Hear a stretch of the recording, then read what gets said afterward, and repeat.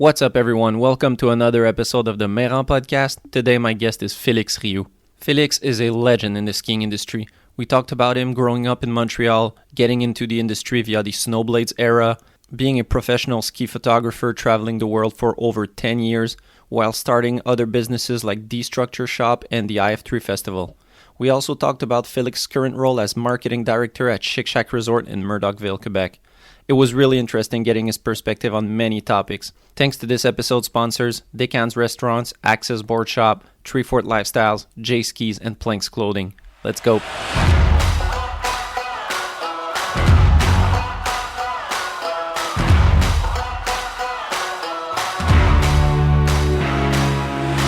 Mr. Félix Rioux, welcome to the podcast. Thanks. I'm glad to be here. Glad to have you. I've talked to a lot of current pro skiers or, skiers at large. And I'm really stoked to take the time to have guests like you that have been behind the scenes. And plus, another guest that I've had on is Jason Leventhal. Yep. And I guess you're kind of in the same generation as him, where you've seen... we'd sing I was English, he was actually a partner with me in a company. What company was that? It's an old company. It was called Mother's Milk Magazine. Mother's Milk. Yeah. Oh, yeah, I think you told me about that. The Snowblade magazine. Yeah. You mind telling me the behind-the-scenes story of that? Sure. That was in 1999, and skiboarding was kind of really exploding. It was at X Games before freeskiing was. And both Jason with Line and Salman, they needed a print media for skiboarding, and they knew I was a photographer, and I always was involved in different kind of media projects at that time. And they said, "Hey, if you want to start a magazine, we'll pay for you to get started, and just finance the mag." So they just saw it as an advertising platform, basically. Yeah. So that was kind of a side business because I was already traveling the world for Salman as a team manager and photographer. Were you a photographer and a team manager on the side, or a team manager and a photographer on the side, or it was really like both were actual jobs? They're two separate jobs, but they were one and the same because when I actually got started in the early 90s to mid 90s, I was photographer. I was already doing photography, and I met these guys that were really, really good at rollerblading, but really bad at business. So I would be shooting photos with them, and then with local people from Quebec. Yeah, all guys from Quebec, and I would introduce them to sponsors, and often do the link in between because most sponsors didn't speak French, and these guys were not all good at speaking English. We're not business savvy. Or business savvy, yeah, exactly. Yeah. So you're from Montreal. Yep. Did you grow up as a skier? Like, you ended up being a ski photographer and living your life in the ski culture. Yep. Was that something for you growing up? I grew up as a skier, but I never liked like the moguls or racing. I was already more interested in the freestyle or, just kind of go and have fun on the hill kind of approach. And so that was my background. And for many years, all my buddies were all switched to snowboarding. And I stuck as long as I could. You never switched? I did switch for 5 years. Yeah, I snowboarded for 5 years because at that point, like, skis were getting boring. And, clearly all my buddies were having too much fun on snowboard. So I snowboarded for 5 years. But, it never felt natural for me going sideways. And when I saw in 1999, I saw Jeff Cusson do a Switch 7 at X Games, and I had goosebumps. I'm like, that's the future right there. That's like a way. That was not 99. That was 98, I think, because already a year later, I was already working for Salman. Okay. But that was that moment that kind of clicked for me was just about a year before. And when you were snowboarding, were you on those like kind of carving snowboards, or really the ones? Yeah, I had the real snowboards. Those seem weird now. It's like something we'd see 15 years ago, but it seems like it's kind of dead now. I never really caught on. It just, some people did it, but the majority did not. So, I mean, you use hard boots on the snowboard. That was kind of against the whole idea of snowboarding. Yeah. In my opinion, you just wanted something that was a lot more flexible and freestyle. Mm-hmm. So the photography side. Yeah. Is it something that came naturally kind of learning, or did you go to school for that? I did go to school for that, but I started way younger, when I was like, I don't know, 7, 8 years old. I've been using a video camera. I've always had access to family friends that had video cameras and would make movies and have fun. But I never thought it of a serious thing, just like have fun. And then when I went to CEGEP, I studied in architecture, and we had a photography class to help us understand perspectives and composition and stuff like that. And that's when I kind of got more serious into photography. I had buddies who were musicians, so I would shoot them doing concerts and shows or whatever. And then I met those guys rollerblading, and I started shooting photos of them. And by that time, I was getting pretty good at photography, and these guys were really getting good at rollerblading. And 2 guys from Montreal actually won 2 years in a row X Games gold medals in street. Which are Nicky Adams. First year was 98 was Jonathan Bergeron, and then the following year 99 was Nicky Adams. That's crazy. I was watching videos this winter of that. Like, you remember the 2 Japanese brothers that were that were crazy in the pipe? It's crazy how that sport kind of died. Like late 90s, it was big, X Games, everything, and now it's kind of non-existent. Problem with rollerblading being at the X Games, it kind of happened too fast, and the level wasn't there for the exposure they got. And the skateboard industry really got pissed off, because they've been doing their thing for, at that point, was like 40, 50 years that the industry was building up. And rollerblading, to be honest, was not at the level, to be there. But whatever, that's corporate decisions that brought it to X Games, and it's corporate decisions that took it out. So they didn't have like the base of competitions in the culture industry. So when X Games, the culture was there. It's just that the technical difficulty wasn't compared to skateboarding at the same time. If today it's it's quite different. I mean, I still have friends from 20 years ago that are still pro rollerbladers, but there's But what does pro mean? Well, it means you make a living. Really? Yeah. So it's a really underground sport. Yeah. I'm not too in touch with who's doing what's going on, but I know a few friends are still doing it. Oh, yeah. Yeah.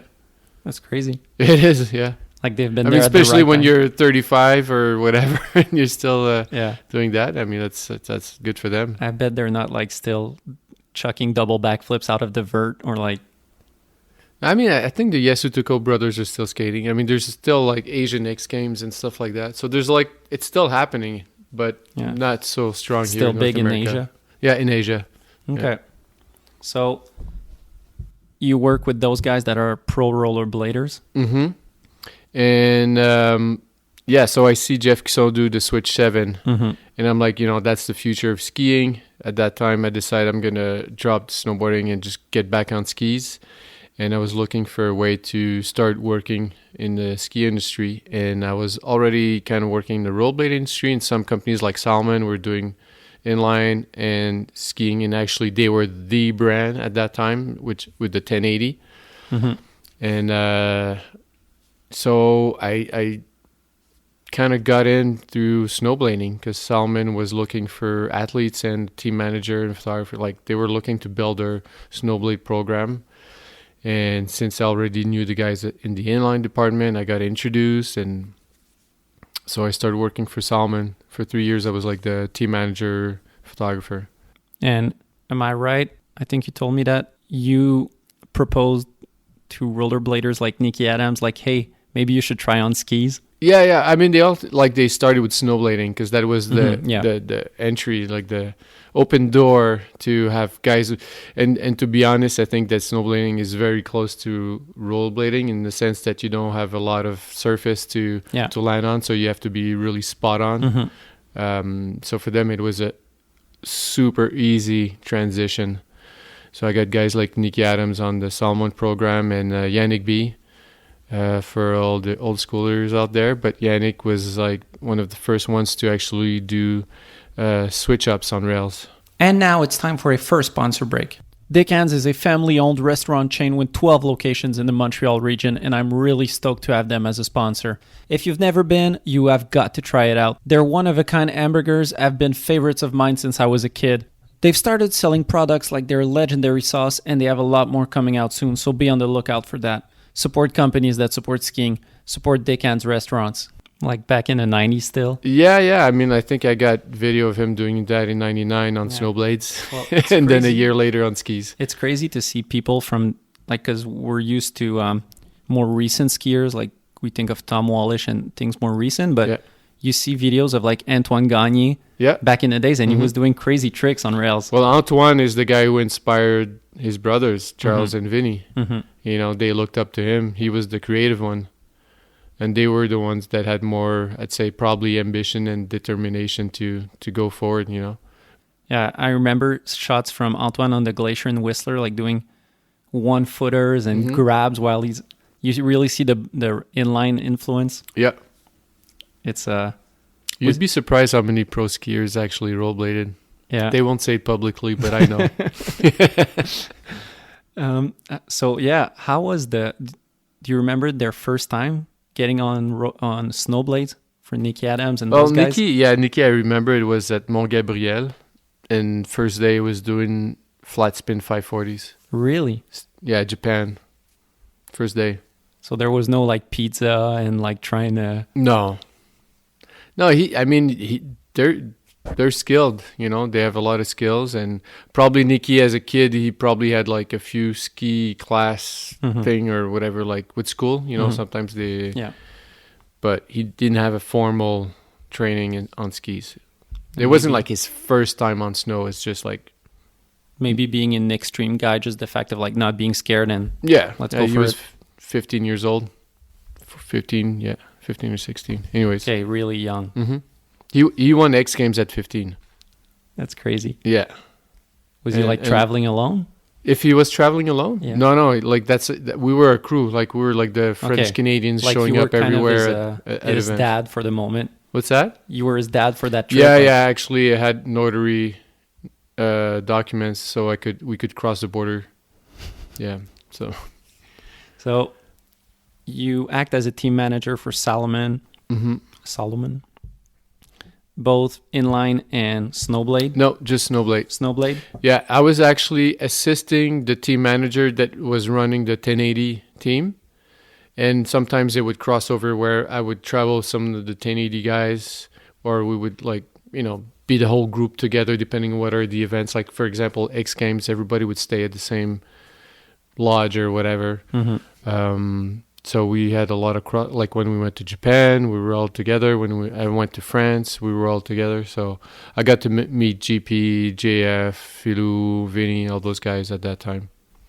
By Salomon. With Salomon, yeah. So I think the first time I heard of you, or first times I heard of you, were all related to big production ski movies. I don't know if it was Level 1, Poor Boys, maybe all of them. Yeah. How did you start getting involved with all these companies? Well, because I was already... I mean, you got to go back 20 years ago, there wasn't 100 pro skiers. There was about 20, 30 big, like, known athletes. And so everybody knew each other. It was a smaller industry. And I would travel with a lot of these guys on shoots, either shooting photos, but I also did video. I edited some video, some segments, like... I think I edited 3 segments in Stereotypes, Iberg's movie. That's a classic. Yeah, that's a classic. So I did, filmed a bunch of stuff just here and there. So being a small world, you get to meet everyone and then become friends. And Yeah, exactly. We're all traveling to the same events all over the place, and in between comps, you figure out like, okay, let's go do a backcountry shoot in Alta or whatever.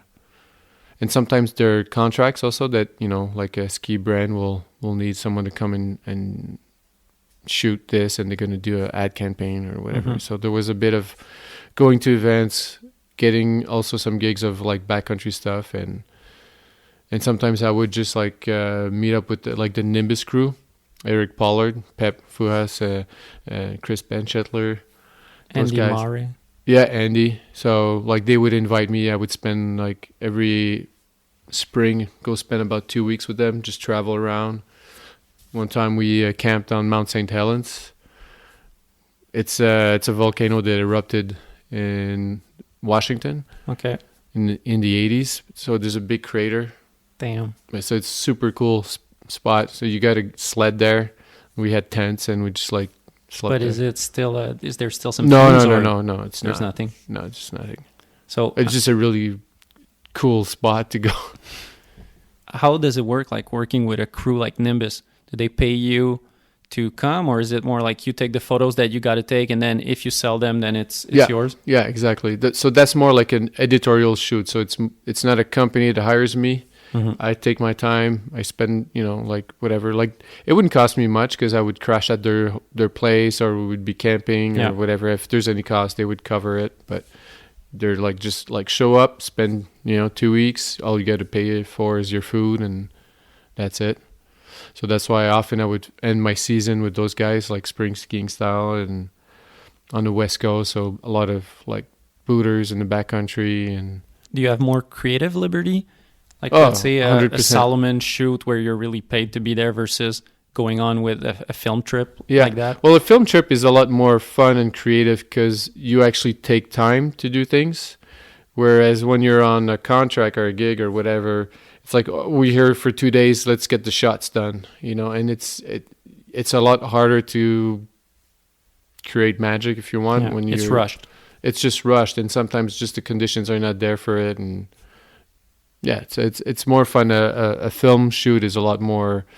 It's a lot more effort because you're there like days on end, and it can last a while before the shoot's over. But what you get out of it is a lot more rewarding. Hmm. Did you ever end up making money with photos outside of skiing? Like, let's say you go to that volcano you're talking about. Did you ever end up like taking photos of like landscape and being in some magazines or whatnot? A little bit. No, it's very. I mean, I over the years, because I travel a lot all over the place, and I always, not in the first years. That's what I regret. Like the first years, I would just go in, get the work done, and then go back home or go to the next trip. And after a while, I realized, well, I'm here. Might as well spend a few extra days on my own and do my thing. And so I at one point I started doing that. Wherever I would go on a trip, I would make sure I could stick around 2 or 3 days and enjoy it personally. Yeah. And I submitted photos to Getty Images, for example. And yeah, I mean, it doesn't pay a lot, but it's just that every year it's a little something extra that comes in. That's like people pay to use them. Yeah, depending it goes into an image bank, and if people use it, they pay a fee and you get some royalty. Exactly. But it's it's a tiny Yeah. portion. Otherwise, I now I kind of stopped shooting skiing as my main income, and it's just more now for fun. Mm-hmm. So I went out of skiing and I do more commercial work. Well, you've been shooting a bit with us this week. Yeah. In Murdochville, and the guys were still impressed. Like they were tapping something. Yeah. And they were like, "Holy shit, he's so clutch!" Like right on point at the Yeah, tap, one and he click. still got it. Well, that's years of training on film. Yeah. Because you can't sequence. Well, you can sequence on film, but it's just like costs so much money to buy film and develop film. Mm-hmm. So you gotta train yourself to get it right. That's like muscle memory. Yeah. Yeah. You gotta anticipate when's the right time. And now it's time for a second sponsor break. Planks is a British outerwear brand founded in the French Alps. Yeah, you can ski in the UK, but you probably wouldn't. But these guys are still passionate about skiing, and as someone from Quebec, I definitely relate to that. They don't just make high-quality, good-looking gear that's affordable. They care about the free ski culture too, running grassroots events and sporting skiers that are some of my favorites like Woodsy, Lupe Haggerty, and the Real Skiffy crew. Make sure to check them out at planksclothing.com. Support companies that support skiing. Support Planks Clothing. How do you prepare yourself when you're on a shoot like that?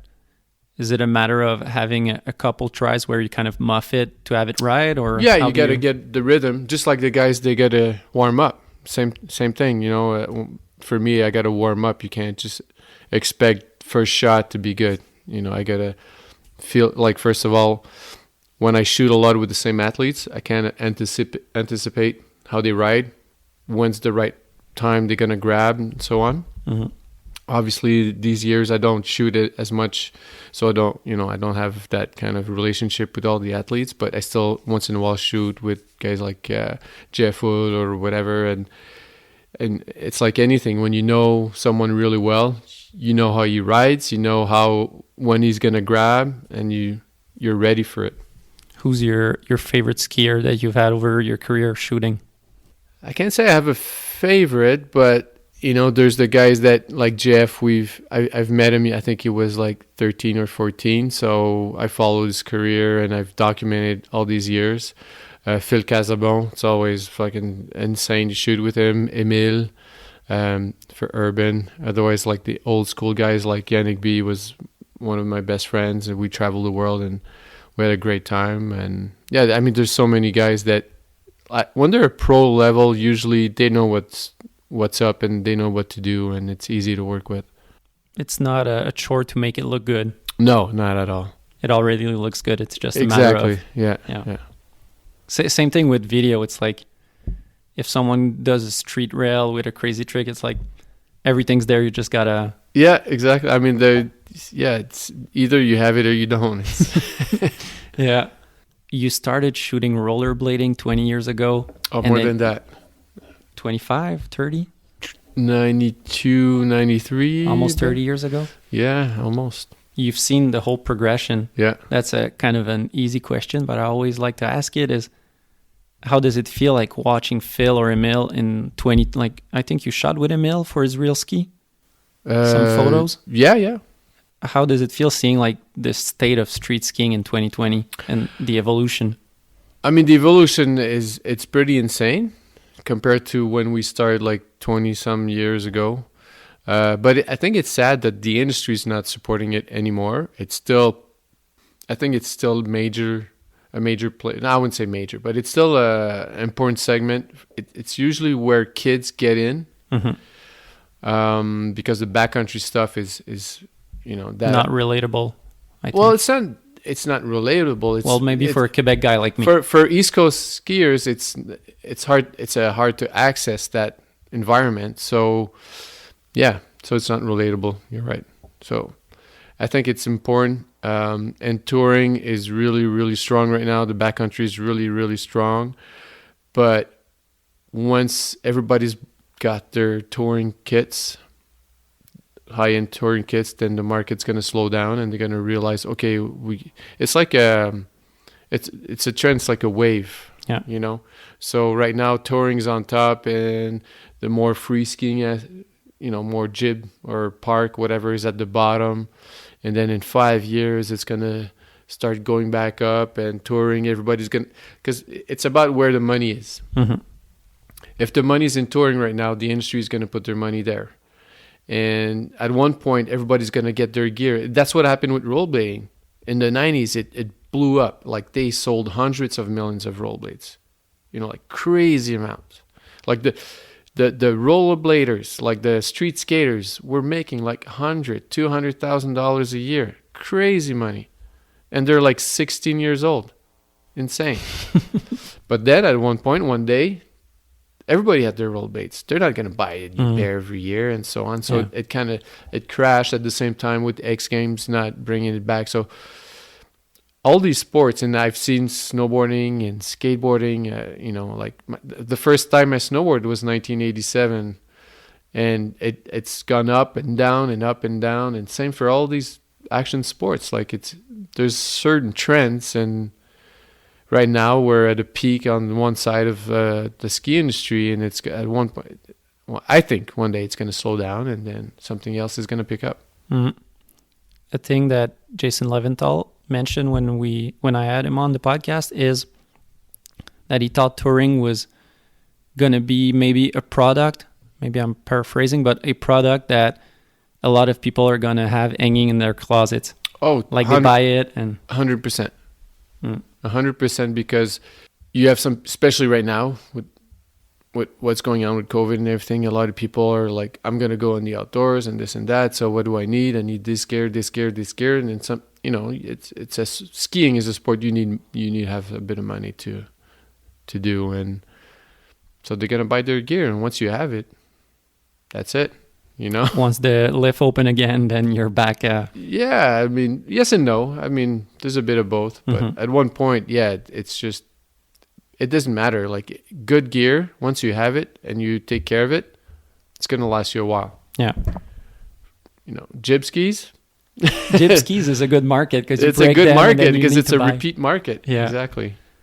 If you're active on them, yeah, you're lucky if it lasts you 2 years. Yeah. But I don't know what's going on with kids. Like I feel like there's not as many young skiers coming up. Yeah. Like if you just go back 10, 15 years ago, it was huge with, you know, teenagers.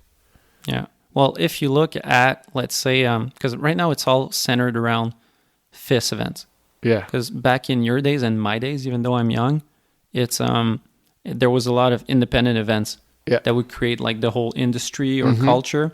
But right now, they've all gone and it's all centralized into FIS points or FIS related events. So if you look like, let's say, the Team Quebec, like the 6 or 7 skiers, they're incredibly good. But it, like, you know, it's kind of focused onto like our hopes for the Olympics, and that's it. Well, that's where the Olympics kind of screwed up the spirit in the way that, yeah, it's a great window on our sport, but it shouldn't be the only one. And if you're not doing park or pipe on the FIS circuit, then you're nobody. Yeah. Or you got to be a backcountry skier. There's no like not skier many in general. I mean, like Phil Casabon is a good exception in the sense that he made his name a long time ago, and he can still make a living doing his thing. But how many guys are like him? Not many. Not many. Some guys would talk about another exceptions like Henrik Arlo. He still does comps though. He still does comps. Like he does everything. He does comps and then will do his own movie. But for many, it's like with the competition schedule and the training camps and whatnot, they don't even have time. Like even though they would like to, well, they might have it, but it's like it's intense. And then there's like Belmar was telling that to me is like, well, if I go on a street trip and get injured, I don't think like the team or whatever entity will be stoked. Whereas before you're your own boss, like you get your sponsors, but then you do the projects you want. How long did you work full time, like as a ski photographer, working for brands and going on film productions? Was it like a 10-year span? Oh yeah, easy. I'd say until from 99 for 12 years, from 99 to 2011 is when it was just a full time. That's what I did. I would leave Quebec for 5 or 6 months a year and be on the road. And then afterwards, well, I got a family, I got kids, and you also get tired of always being in a van and traveling and sleeping on the couch and this and that. Yeah, I guess were you homesick or? It's not homesick. It's just that it's hard to make a long-term build something in the long term when you're always. The problem is like living in Quebec. The action's not here. Yeah. You got to export yourself. You got to go somewhere else. So it's like mainly if you're in North America, then you got to be on the West Coast. And I wasn't willing to move on the West Coast to make it like really a more serious, a more viable thing. Because after, in the last few years where I was a ski photographer, a lot of the brands, instead of giving you a season contract, which was the case when I worked for Orage or Salmon, is like they would pay me X amount of money for the whole season. They have access to the photos, whatever they decide not to use, I could sell to magazines or other sponsors or whatever. But after a while, like the market with digital, what happened is like now there's a lot of photographers and they're all willing to tour for free and shoot for, or for smaller amounts or whatever. And now the companies would tell me, well, go shoot, show me what you got at the end of the season and I buy what I like.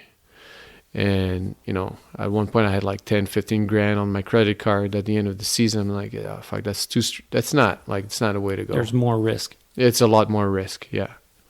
And now it's time for another sponsor break. Axis Board Shop is a ski and snowboard shop based out of Saint-Sauveur, Quebec, Canada. They've been in business since 2002 and have supported skiing since day one. From sponsoring numerous athletes to putting on competitions to helping out movie productions, they've done it all. Axis is the core board shop, and they've got everything that you might need this season. Check them out at axisboutique.com or go check out their shop in Saint-Sauveur. Support companies that support skiing. Support Axis Board Shop.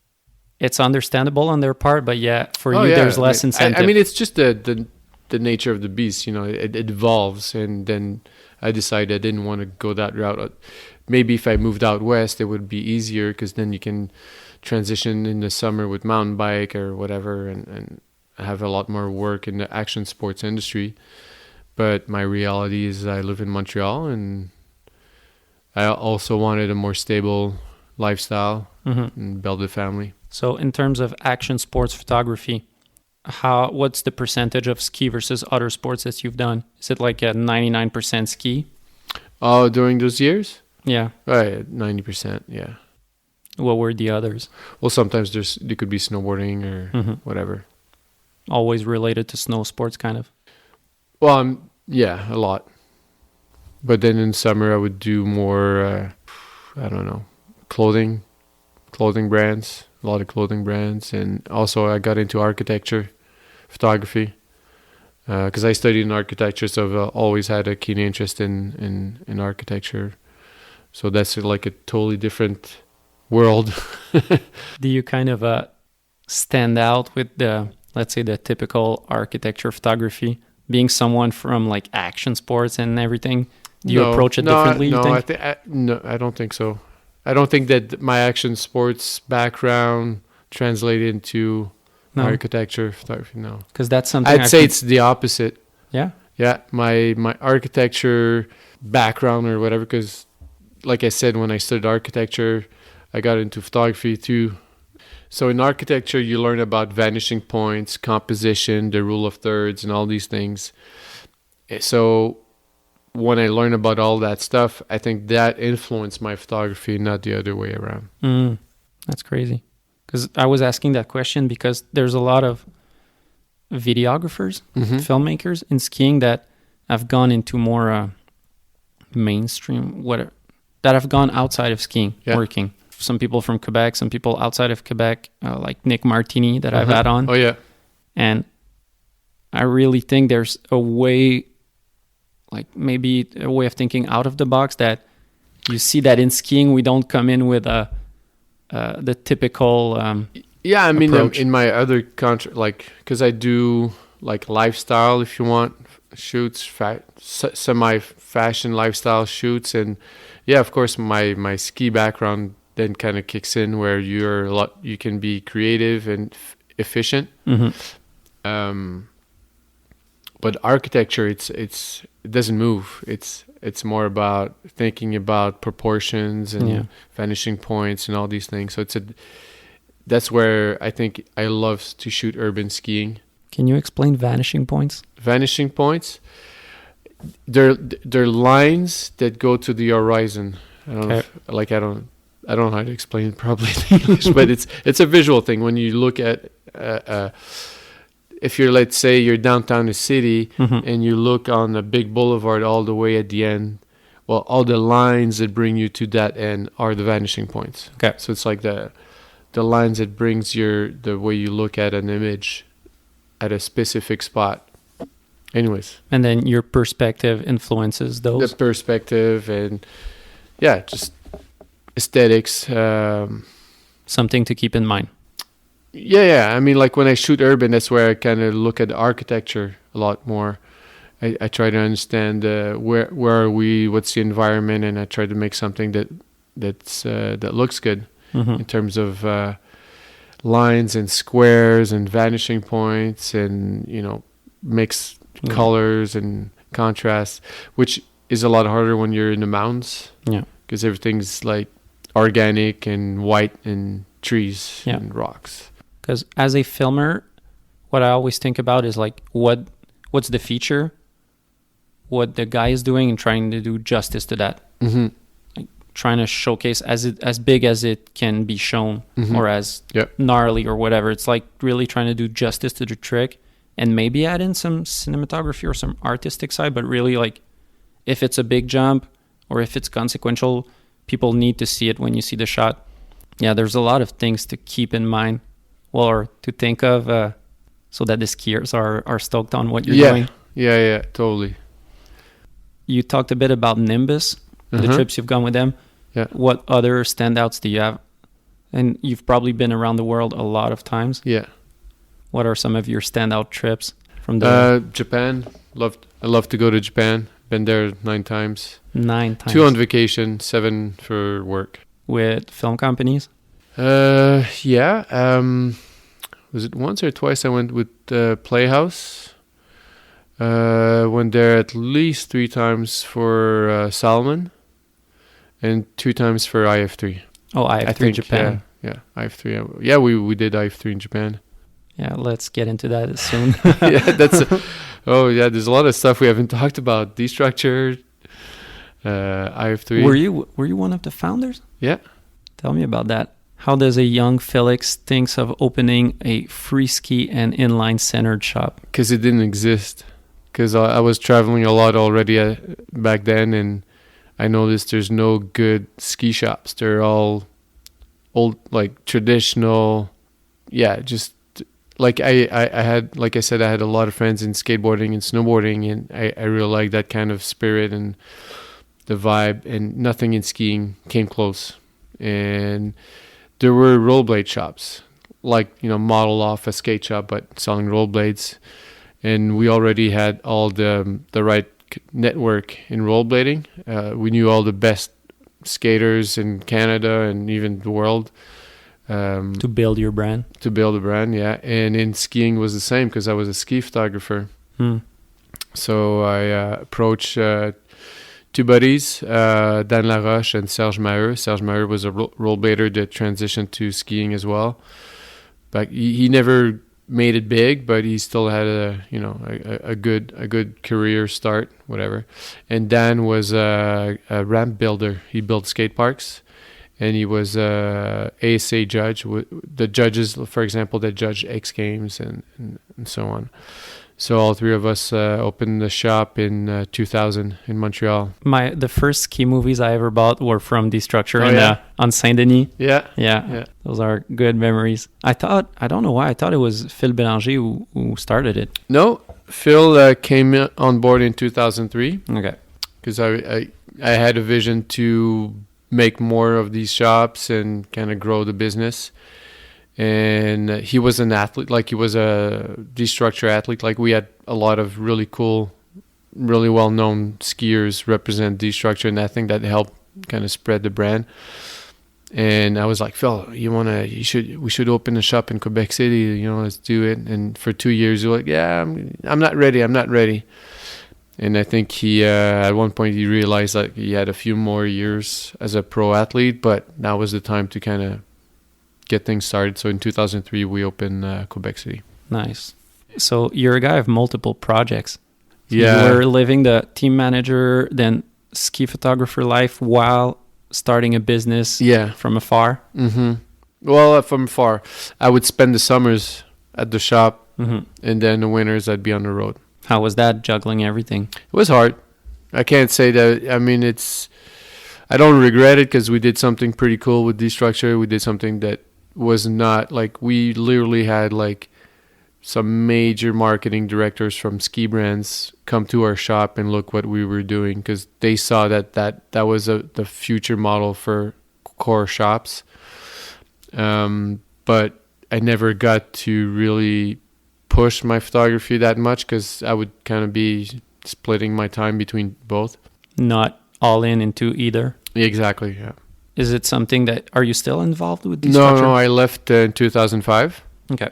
The idea was to go just do photography full time, and it didn't take long. A company called Sun Ice called me up and offered me a really, really good job where it was like they wanted to bring back. Sun Ice was a clothing brand in Canada that was a sponsor of the Winter Olympics in Calgary in 1988. They were like the clothing sponsor for the Olympics that year. They were huge. And then they got involved in way too many sports, and it kind of semi-crashed, and only golf kind of made it. And then in 2006, they wanted to kind of relaunch the ski division, and they called me up and they said, hey, do you want to kind of make it happen? And now it's time for another sponsor break. J Skis is a company based out of Burlington, Vermont. Their business model of making limited edition graphic skis that are sold online directly to consumer is super dope. As a fan of original graphics, I love it. They put a lot of effort into making great skis, but also in making them look super good. I finally had the chance to try out my vacation skis this spring, and I gotta say, I love them. They were so playful that after shooting a jump, I had to go in front of the lens and hit it myself. Knowing how much time and effort Jason Leventhal and his team put into each ski they produce, I'm really looking forward to their upcoming releases. Support companies that support skiing. Support J Skis. So you were behind that. So yeah, I was a marketing director, team manager, photographer, and I actually even designed outfits. All the above. Yeah. Yeah, I remember back in those days, like Cusson was on the team. They had Colby West. You put on Colby West. Frank Raymond. Yeah. And Antoine Gagné.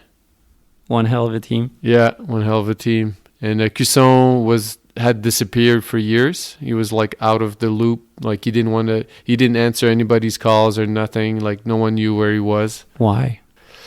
I think he was fed up with all the pressure of, trying to perform and people looking up to him. I think he didn't want the attention that much. And so I told him, like, I know you like golfing. He said, yeah. I'm like, well, we have a lot of golf gear. So that was your way of hooking him back? Yeah, that was a hook. Golf gear, like a golf sponsorship. That's crazy. Yeah. I think I remember, like, you did. So now he's a Olympic coach. Yeah. But he would not have been there if he didn't come back on his skis. That was it. He was out. Like he was just, I'm going to be a pro golfer and just do that. Completely out. Completely out. Yeah, and Sun Ice, their comeback didn't last long. No, I left. I did a year as full time for them, and that's when I had the idea for the IF3, and I pitched them at the Sun Ice Free Ski Film Festival. Because then again, when I was at D-Structure, all the film crews, they would show up every fall in Montreal and do every weekend or probably 2 premieres per weekend for 2 months in a row. I'm like, this is crazy, because D-Structure, they would all come to us and, hey, can you sponsor a premiere in Montreal? Blah, blah, blah. And it just came, I thought it was just too much work, too much like... Doesn't make sense. Yeah, diluted effort. And I'm like, we should just do a big week and a big powwow. But since I was leaving D-Structure and, I just figured like, oh, fuck it. I'm just going to go do something else. And when I was with Sun Ice, then I'm like, okay, there's a good opportunity to do this. And the boss told me no, not interested. I'm like, okay, I quit. So then... Well, it wasn't that fast, but, so I was having beers and hanging out with Doug Bishop one evening, and I'm like, hey, man, I was pissed. I'm like, fuck, they didn't go for my idea. They're idiots. And he's like, oh, fuck them. You got to do it. I'm like, I'm not going to do it on my own. There's no way I'm going to do this on my own. And he's like, okay, well, I'll do it with you. Perfect. Fucking awesome. And then a week later, we were having another evening and hanging out with Jeff Durocher, and he was there, and he's like, I'm in. I want to do it too. So all 3 of us started IF3 in 2007. And you made one hell of a festival. Yeah, off the bat, we were like, if we're going to do this, it's going to be the Cannes of ski film festivals. Yeah, you didn't do it half. No. You didn't half-ass it. Exactly. Like, I remember I was there at the first edition, young Xavier. I went to watch Tanner's movie premiere. I didn't know it was IF3. All I knew was it was Tanner's movie. No way. And then once I'm there, after the movie, it's like, oh, people are going to the after party, which were the awards. Young Xavier goes in underage. And it was like the absolute, like, Tanner, drunk, jumping off the balcony. That was that night, huh? Yeah. You jumped off. That was pretty high. Yeah. at Club Soda in Montreal. Anyways, and then I was like, okay, this is so dope. A lot of crazy stuff happened in those years. Yeah. Crazy stuff. Yeah. So once we had that first year in, we're like, okay, our goal is that every year we got to top it off. We got to double expectations. Like whatever you thought it's going to be better when you show up. So for 5 years we were able to do that, and after a while it got to a point where you can't go any further. We had Nike as a title sponsor with co-presented by North Face, and we had some GoPro, like all the biggest brands in the industry supporting it, and we had like an outdoor venue downtown Montreal. They had some years where it was at another place, but most year it was at Cinéma Impérial. Yeah. Do you remember how many seats there were? 880. And most of the time, if not all the time, it was sold out. So let's say, and there were like people sitting in the stairs. Well, sold out, yes, but you got to understand there's at least 200 people that are from the ski industry, between athletes, film producers, media, sponsors. So there was a big contingent. But then there's a lot of people from the industry that wouldn't even watch a movie because they were too busy like partying or being a hangover. And I mean, like maybe there's 800 plus people in the theater, but you got 100 or more in the lobby having drinks, and exactly. So the place was packed and the parties were packed, and it was really amazing. I'd say the first 5 years were really good, and then it started to slow down where the internet kind of started taking over, and a lot of free content online, and so not as much hype to see the new movies. And every year I would see the trend kind of slowing down, where one person would come and see all the films, and then he would cut in half the next year, and then it would end up that they would only watch one movie and come to parties. And the main source of income was ticket sales, and once that started to slow down, that was really hard to kind of keep it up, keep up the style of event we were producing at that time. But yeah, for those few years, I remember there were a lot of Quebec productions going on. I had mine for a while. There was NSF, there was ESK. I remember, like, let's say for a certain movie, there's like 20 people involved, but then those 20 people all have a couple friends that want to come and party and see the movie. So there were like the biggest happenings for us of like everyone coming from like outside of Montreal to Montreal, getting hotel rooms, and like it was the happening. Yeah. I'm really proud. There's a lot of producers and filmers that came in through the door as amateur filmmakers, and today they're making major productions. Like Nick, you were talking about Nick Martini. That's an example. When they got started, they showed up to Montreal and really kicked butt. Field Productions in Norway. The guy Philip is like major filmmaker now, and I don't think enough people saw their films. Like I was one that would always buy them, and it was crazy the level of productions, the quality, high standards for sure. But that's why they won Best AM Movie of the Year. That was like their launch pad a bit. Like in one of their first years, like 2007, something like that. Yeah. So a lot of up and comers came through the door, and today they're making movies like almost Hollywood style. Like Step, I think, is a great example because they're doing stuff for like the NBA and shit. Like they've NFL. They did a commercial this summer with Ford. They were launching the Bronco. Yep. They were relaunching it. Yep. Something like that, and the commercial was done by Step. Yeah, it's insane. These guys were making street films. Yeah, they were like as core as it gets. As core as it gets. Like they were the chorus. Some of the chorus films were made by those guys.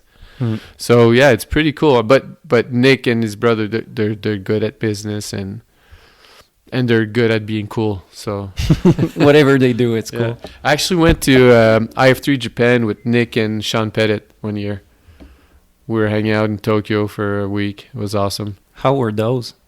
Versus the Montreal one? Oh, you can't compare. Their satellite events are like But the Japanese that showed up they were super stoked. Like they were so happy. And North Face were a really good partner with us over there, and made it really like kind of happen.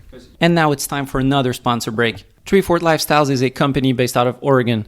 They've been involved in the ski industry since their inception in 2011 when they made their first pair of suspenders for skiing. They produce some of the nicest accessories you can find out there for your adventure activities, whether you're going skiing, hiking, or traveling. I've worn their suspenders all winter, and I have to say I love them. They're stylish and they're so comfortable you forget you have them on in the first place. Go check them out at treefortlifestyles.com and use code MERAN at checkout to get 15% off your order. Support companies that support skiing. Support Treefort Lifestyles. Because you had a couple satellite events. Tell me if I'm wrong, but I think your goal was it to replicate like the Montreal thing? I'd say maybe the model was like Banff, where the main event's in Banff, and then they have all these satellites event around the world, but make it more fun where it's closer to the brand. Mm-hmm. Because if you go to Banff, Montreal, it's kind of boring. It's just like you buy your ticket, you go watch a movie, yeah, and that's it. So IF3s were like mini me's. Except for when we brought it to France, it really, really took off. It grew so big that the promoter actually kind of broke his contract and changed the name and kept going. Did their own event. Did their own thing, yeah. So you had Chile, you had Japan, France. Mm-hmm. Is that it? Innsbruck, in Austria, yeah. London. We did, I think it was Norway. We did some in Amsterdam. Where else? We even had one, I think was in New Zealand. I mean, yeah, we had. How much work did it require from you? Like, was it a full-time job? It was for you? almost full-time, yeah. I'd say 80% of my time was put into IF3 when we had all these satellite events around the world. Because I think, like, as soon as Montreal ends, you're right up, like, thinking about next year, weekend, kind of. The next weekend was France. Mm. And then was Innsbruck. That was crazy. Like those years, like there was like 2-3 years in a row that France and Innsbruck were huge. So we had Montreal, it was huge, and then go to France and then Innsbruck. So it's like a 3-week tour of like just craziness. And I mean, I got burned too, It's like And what was your vibe going there? Were you like business wise, like making sure everything is okay, or just like enjoying and partying? Enjoying it, yeah. Because I didn't enjoy it in Montreal because, I was running the event. But at least when I got to France, I kind of enjoyed the whole thing. There was somebody there that was running. Oh, yeah. The idea is like wherever we went, like I'm not the producer. Sometimes, it's not true. When we did Whistler, co-produced, like Jeff Schmuck was involved and some other guys, depending on the years. So we did Whistler quite a bit. But anything outside Canada was not produced by us. But we supported with a lot of tools and logistics. Like we built all the websites were built in like at the head office, if you want. Like, and in the first years, what we did is like a lot of film crews didn't have proper synopsis, in detail about their film. Mm-hmm. So we would do like legends, like 3-star like legends. How many street or urban or big mountain or half pipe did your film have, and who's in it? And so we would get all this information and make like a book, like a magazine with all the films and all their ratings in it, and that took that was a lot of work because we did it in French and English. Yeah, I remember the first year I submitted my movie, you were asking for that, and I was like, maybe I'm remembering it wrong, but I think I Googled it, like, what's a synopsis? Like, 18-year-old, and I kind of wrote it on the fly, like, okay, I guess I'll write what my movie is about, even though it wasn't about anything other than, like, ski action. Yeah. Then you try to write something anyways. So IF3 starts in 2007, goes up in popularity, success for 5 years, you said?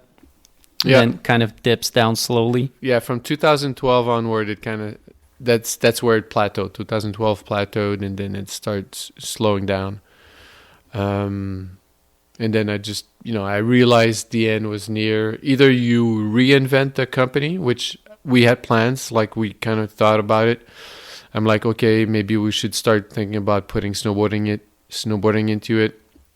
I also wanted to do a ski show, like a trade show style, where the public can come and buy gear. So, for Kind of SIA style? no, SIA is for industry only. Okay. This is more with the public, like, it's during the fall. You go get 4 or 5 the major ski shops, and they each take sort of a specialty or brands that they carry. So you want to buy your gear for the season, you can come to IF3 and buy gear. And there's like more of a big village kind of approach, because just the movie ticket sales were not going to keep the company alive. And the sponsors were also slowing down. But I figured that, it's not what I wanted personally to do. I wanted to take pictures. Okay. You were missing the... Oh, yeah. I've always, like, I don't know why I always start companies. It's like a problem I have where I have an idea and it's really hard not to do it. You know it's a good idea. I know it's a good idea. I'm like, fuck, someone should do it, and I'm like, no one's doing it. I'm gonna do it, So I always have these kind of impulses to kind of get these ideas into reality. Yeah, it seems like for festivals like that, I'm not an expert at all, but from what I see, it seems like you really have to diversify into a lot of stuff. Like the one in France right now, like what's the name? High Five. They had a bigger competition that attracts a lot of people that don't know about skiing and want to see a show. And then I think they had music concerts. Oh, we did have a music concert. Yeah, well, I didn't see it that way. I saw it more as like the night party. But yeah, you're right. We had DJ Premier, Mix Master Mike. That was crazy. We had some pretty big names. The reggae parties are legendary. Cali P, reggae parties, Yeah. Tanner Hall. No, we had some major parties. But yeah, I went, it was by design that we did IF3 in Annecy, France.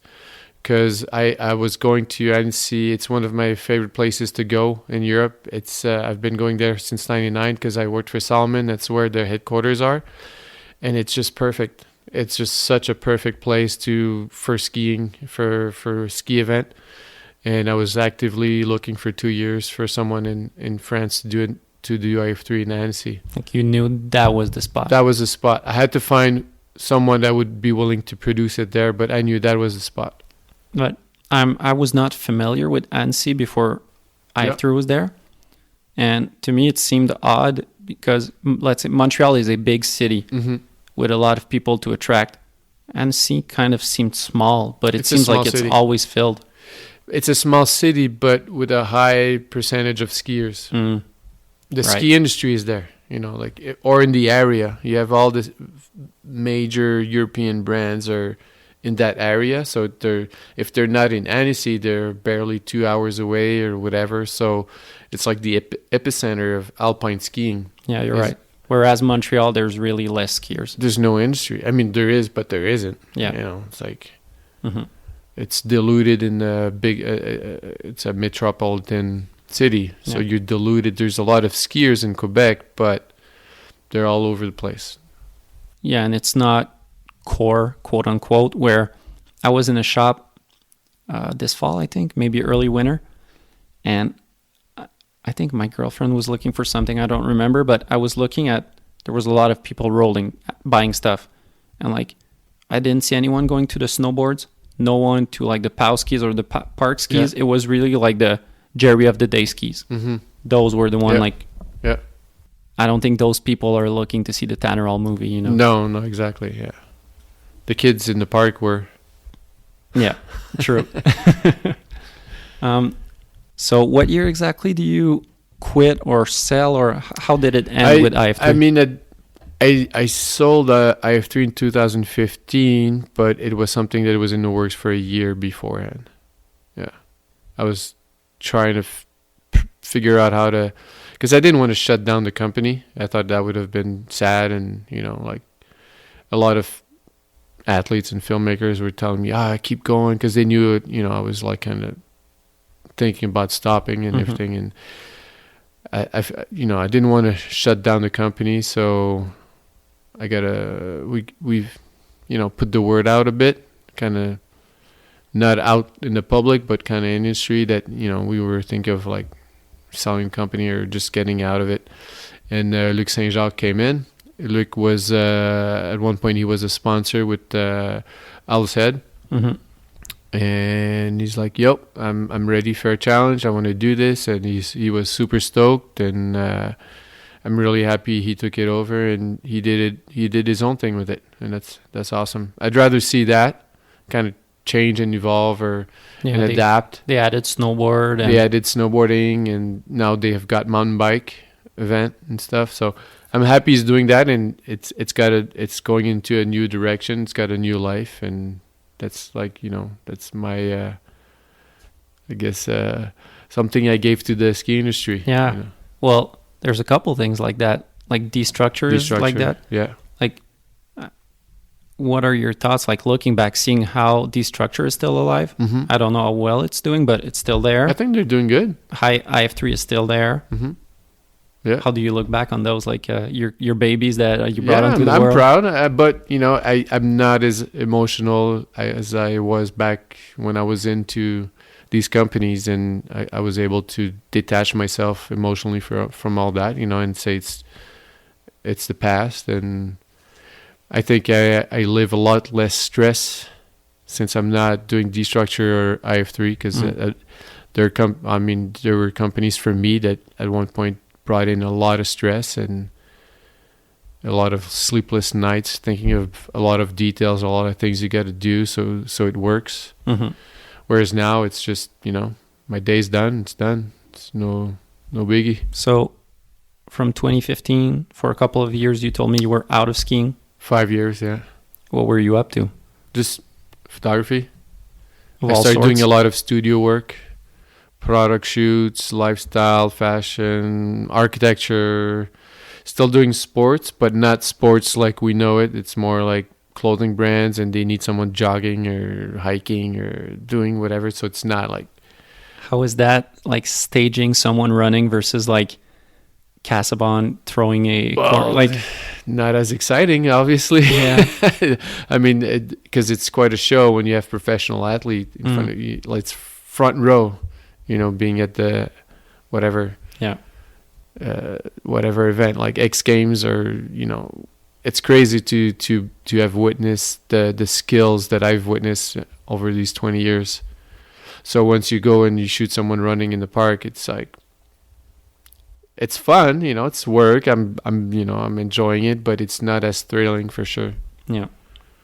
So you did that for 5 years. Less stress, I guess, good pay. Yeah.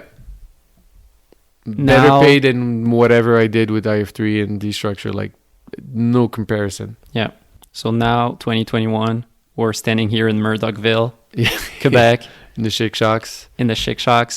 8 hours north, or maybe 9 hours drive north of Montreal. Tell me about that. How did you end up here? Yeah, well, like everybody, about a year or so ago, everything stopped. And my photography and video business, because I started doing a lot more video as well, was booming until the pandemic arrived. I was, maybe at 20 to 30% growth every year for 5 years. So I had a studio, I had an office, and I even had a part-time staff that would come in a couple of days a week to do some extra work that I didn't have time to do. So things were going really well. Then everything stopped, and it kind of felt good also to have a couple months kind of just to chill and not do anything and kind of look back at things. And I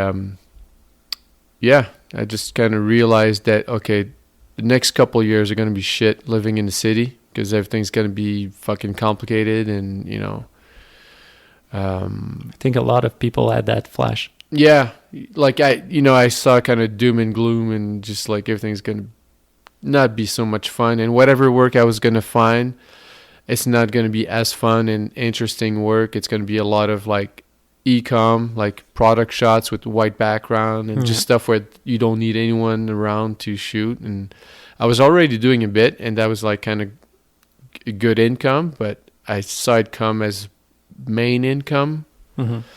Whereas all the cool shoots and interesting shoots were going to kind of slow down. And did you see it as, if you were doing 100% of that, then it would suck the fun out of it? Yeah, absolutely. Absolutely. Like, I enjoyed doing studio work, but not if it's 5 days a week.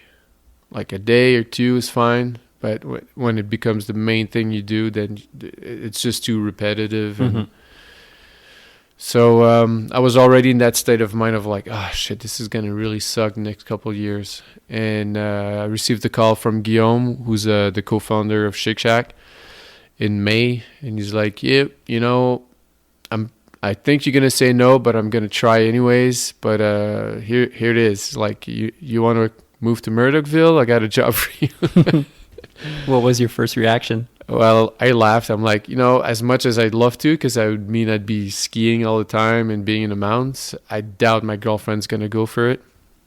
And what does your girlfriend do for a living? She had a catering business in in Montreal, but that she also stopped because the kids were at home. And it was just not possible for her to do that work and be at home. And anyways, it was just complicated. Yeah, just wondering, like, how does because you have 3 kids. Yeah. How does this 3 kids and the girlfriend fit into that? Well, I mean, my girlfriend's really, really, really close with her family. Like, she sees her family on a weekly basis. And so leaving town was kind of, because I've got offered, a few years ago, I got offered a job for the Banff Film Festival to be the director. Damn. And a really good pay, but we had to move to Banff. And she's like, well, you can go. I'm going to stay here. And plus, Banff there's worse places to go. There's worse places to go, but she's not a skier. I mean, now she's starting to enjoy skiing because we're here and everything. But at that time, Did you tell her now, like, hey, it could have been Banff, but now it's Murdochville? Oh, she's like, I prefer being here than Banff. Yeah. Okay. Because it's drive. We can drive, and since we've been here, we you know, it's not so hard for, like, during the summer. Like, her parents, they have a camper, and they came last summer and they camped in the driveway or whatever.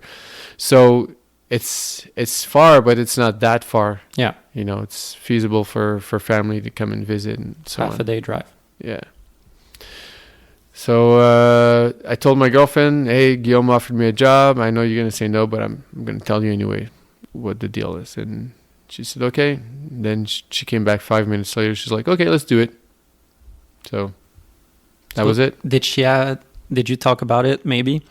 Did she have the same thinking of you? Like you said, I saw that, like, living in the city might be shitty for a while. Well, that was the main reason. She's like, there's no better time than now to go experience something different. So you called back Guillaume and said, let's go. And then a week or two later, I came out here with the family to shop for houses. And we were kind of bummed out because we couldn't find something that we felt was fit what we were looking for. So we went back to Montreal kind of, we're going to have to sell for something that's not as cool or interesting that we wanted. And a week later, Eloise, who's also the co-founder of Shake Shack, she's Guillaume's girlfriend, and she said, hey, I just saw a sign in a house that's for sale on our street. And then I came right away with my girlfriend's dad to check it out. And we just bought it super cheap and tore everything out, like, just rebuild the whole thing. So you did the whole drive to see it in person. Yeah. Well, you have to inspect, because a lot of the homes here have been neglected. Yeah. So there's a lot of rundown homes, and there could be a lot of problems with the home. So this house, the structure was really good, A1 structure, but there was a bit of moisture. No. Mushrooms or whatever. So there was a bit of mold in the home. because it was inhabited for 3 years. So the winters it didn't get heated and some mold got in. But the most important is like the roof was not leaking and nothing was like, there was a bit of mold, but it was not unrecoverable, so we just ripped all the gyprock off the walls and went to the main structure and re-isolate it, put a new isolation in, pipes for like plumbing, electricity. So we did everything all new. And for an affordable price, just like for less than 100 grand, we get a 2,000 square feet home, which is insane. Yeah. All in new. The middle of the nature. Yeah, in the mountains. So I don't think we've talked about it yet. So for people who are not familiar, tell us Murdochville, Chic Shack. What is Murdochville? Okay. What is Chic Shack? What do you do here? So we're in a mountain range called the Chic Shacks in Quebec, and it's one of the few, if not only, place in Eastern Canada or Eastern North America where you could actually have some real backcountry skiing. And in Murdochville, there's a company called Chic Shack, and we do backcountry skiing, and it's cat skiing, touring, and even heli skiing. And this is based in Murdochville. Murdochville was a mining town, and the mine closed, if I'm not mistaken, in '99, and it became a ghost town. Like the whole half the town moved out, so half the buildings were abandoned. It was looking really, really grim. And then one day, Guillaume and Eloise in 2006, I think, they showed up here and they saw the potential. They're like, hey, this could become a tourism destination for skiing.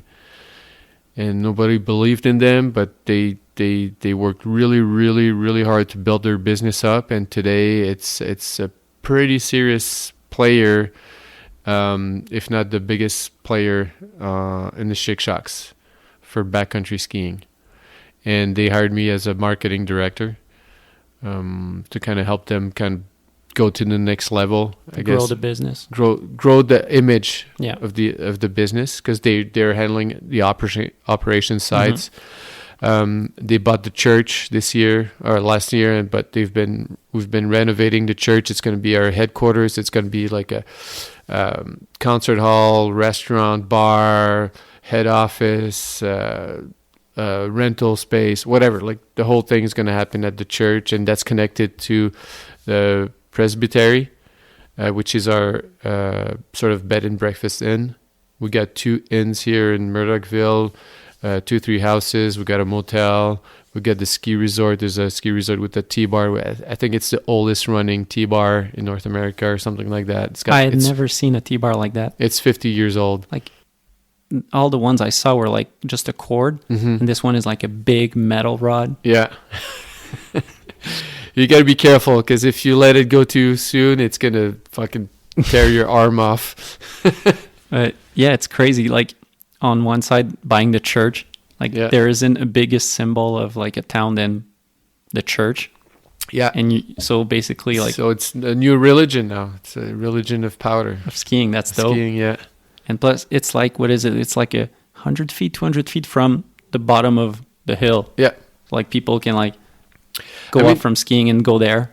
Maybe on the West Coast it's different, because you're in, the Rockies, and it's something that's very natural to say, hey, I'm going to go out of my home and start skiing or whatever. But in Quebec, to have like a backcountry mountain, because we have the Porphyre, which is a mountain that you literally put on your skis with skins, and you hike up, you skin up, like literally, like people are, getting out of the home, don't need to drive anywhere. There's a backcountry mountain next door, and then there's a ski resort in front of, it's like, it's all around us. And it's the same for mountain bike. Mountain bike is starting to pick up here, although the infrastructure is not there to really receive a lot of tourists, but the locals are starting to make their own trails and stuff like that. So I think it's going to come up next few years. So how's your experience been in almost a year now? Yeah, we arrived last July. Okay. How's your experience been, like moving from Montreal to here, and also on the business side? Like, what's your big projects for Shake Shack on the marketing side? Oh, the biggest project was actually to change the brand image, logos, and just everything. Build a new website. So that was the biggest challenge, I would say, because to tell them, well, we got to scrap whatever you had and start new. They were kind of not 100% on board with it, but once we got the work done, I hired Guillaume Perus, who was our graphic designer, at IF3, because I know his style and I know that he can do something really clean without, breaking the bank. And he's a skier, so we were able to kind of pay him and also offer him some cat time. And he understands what you're selling. Exactly. That's the most important thing when you hire people that have to do creative work, is understand what's the universe they have to work within. Mm-hmm. And you didn't have to explain to him. Yeah. He's already in. Yeah. So that was the biggest thing. Then from now on, it's going to be trying to develop our other activities outside skiing, because skiing, I think we're well known for the ski. Although there's a lot of people who don't know Shake Shack yet, but at least we have a good base. But rafting and fly fishing is other activities we have during spring. And in the summer, we have an outdoor, I don't know how to say it in English, but sort of outdoor resort. We have a lake with cabins and 100+ camping sites. So that's another part of our business that can grow a lot still. And we have mountain bike trails. So it's really a year-round resort. It's almost year-round, yeah. Pretty close to year-round. I think in the future that it is going to become like a resort, but a backcountry style resort. Mm-hmm. That's dope. Mm-hmm. Yeah, we have other mountains that we're going to be opening up next few years. So there's a lot of terrain still to be yeah. I skied. didn't get to explore much, given right now the conditions weren't the best, but it definitely made me want to come back next year and see what it looks like with powder, because the terrain is nice. Yeah. I'd say the Montmiller, our ski resort, it's just a T-bar. It's called a ski resort, but basically it's 2 hills with 1 T-bar. When it snows here, no one goes touring. You don't go touring in the blizzard, but you come here, you get the T-bar, and it's like your experience backcountry, but on a ski hill. And it's some good steep runs. It's steep, yeah. There's some good steep hills. Whereas for a lot of Quebecers and maybe East Coasters in general, we don't get that much steep. No. And when we saw that, we were like, oh man, what if there's powder in there? Mm-hmm. I know. I'm so stoked for my kids, because they're gonna get to grow up the next few years skiing here. And they're gonna be able to ski anywhere afterwards. Yeah. How old are they? I got 2, 7, and 8. Yeah, at 7 and 8, they're at the ripe age to start. Oh yeah, they just when they started the season, they were having a hard time going up the T-bar and going down the hill. They were scared because it was steep and stuff. No, they just go with their friends, and they don't even want me to be around. That's so great. Yeah, it was a lot of fun chatting with you. Thanks for coming on again. Thanks, you. Really It was a appreciate pleasure. it. Hope we hear a lot from Shake Shack in the next. I you think will. we'll be hearing a lot. I think you will. Thanks, This year Félix. was not a good year, but both for snow and for restrictions and the COVID thing and everything. COVID seemed like a hassle for you. Huge hassle, because we can have more than one bubble per building. So even if we have an inn that has 10 rooms or whatever, it was one bubble. So That could be 2-person. It could be 2-person in the whole place. We were not allowed to have more than that. It's almost to a point where you're like, do we shut down for the winter, or Anything lodging related, we're operating at a loss for sure. But at the same time, we got to keep our staff going. You don't want to lay off everyone. And kind of a social responsibility. Yeah, I mean, there's like 30 people that work here during the season. Are you like I guess you are the biggest employer of the town? No, there's actually SAQ, which is like the Quebec driving license. Other than public employer. Yeah. In private sector, we're probably the biggest, yes, in the private sector. Well, thanks again for coming on. You're welcome. It was really good talking to you. It was a pleasure. Cheers. So this is it for episode 16. Big thank you to Félix for getting on the podcast and to this episode's sponsors, Decan's Restaurant, Axis Board Shop, Treefort Lifestyles, J Skis, and Planks Clothing. Peace.